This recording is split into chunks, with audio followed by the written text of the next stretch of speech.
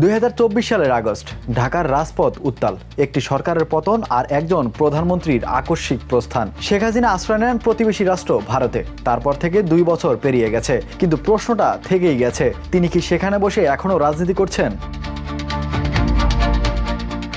30 জুলাই 2026 ভারতের লোকসভায় পেশ হয় একটি সংসদীয় কমিটির প্রতিবেদন। তাতে স্পষ্ট ভাষায় লেখা, ভারতীয় ভূখণ্ড ব্যবহার করে শেখ হাসিনাকে রাজনৈতিক কর্মকাণ্ড পরিচালনার কোনো সুযোগ দেওয়া হয়নি। এটি নতুন কোনো নীতি নয়, বহু দশক ধরে ভারতের নীতিতে অটল থেকেছে। তার মাটি থেকে কোনো প্রতিবেশী রাষ্ট্রের বিরুদ্ধে রাজনৈতিক তৎপরতা চালানো যাবে না।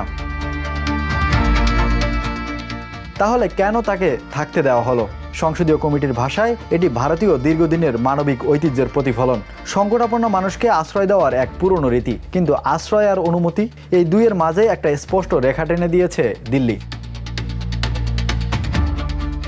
অথচ বাস্তবতা কিছুটা জটিল। একই প্রতিবেদন স্বীকার করে শেখ হাসিনা ভার্চুয়ালি তার দলীয় নেতাদের সঙ্গে যোগাযোগ রাখছেন। মাঝে মাঝেই আসছে তার বিবৃতি। নীতি বলছে না, বাস্তবতা বলছে অন্য কথা। এই ফাঁকের মধ্যেই লুকিয়ে আছে গল্পের আসল টানাপোড়েন। এদিকে ঢাকা থেকে গেছে আরেক অনুরোধ প্রত্যার্পণের। শেখ হাসিনার অনুপস্থিতিতে ঘোষিত মৃত্যুদণ্ডের পর বাংলাদেশ সরকার চায় তাকে ফিরিয়ে নিতে। ভারতের জবাব সতর্ক। কূটনৈতিক অনুরোধটি প্রচলিত আইন ও প্রশাসনিক প্রক্রিয়া অনুযায়ী খতিয়ে দেখা হচ্ছে। এখনও চূড়ান্ত সিদ্ধান্ত হয়নি। না, হ্যাঁ, না, না, শুধুই অপেক্ষা।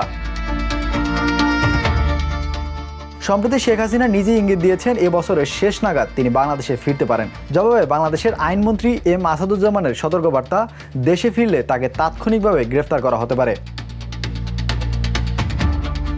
এর মাঝেই ইঙ্গিতপূর্ণ এক পদক্ষেপ। প্রায় 2 বছর স্থগিতাদেশের পর 28 জুন 2026 বাংলাদেশিদের জন্য আবার পর্যটক ভিসা চালু করে ভারত। সম্পর্ক স্বাভাবিক হওয়ার এক ক্ষীণ ইঙ্গিত, কিন্তু মূল প্রশ্নগুলো এখনও অমীমাংসিত।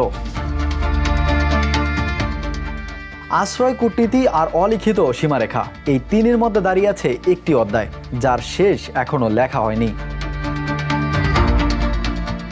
Imran Hossain, the news. দেশে দেশে সবার সাথে দ্য নিউজ।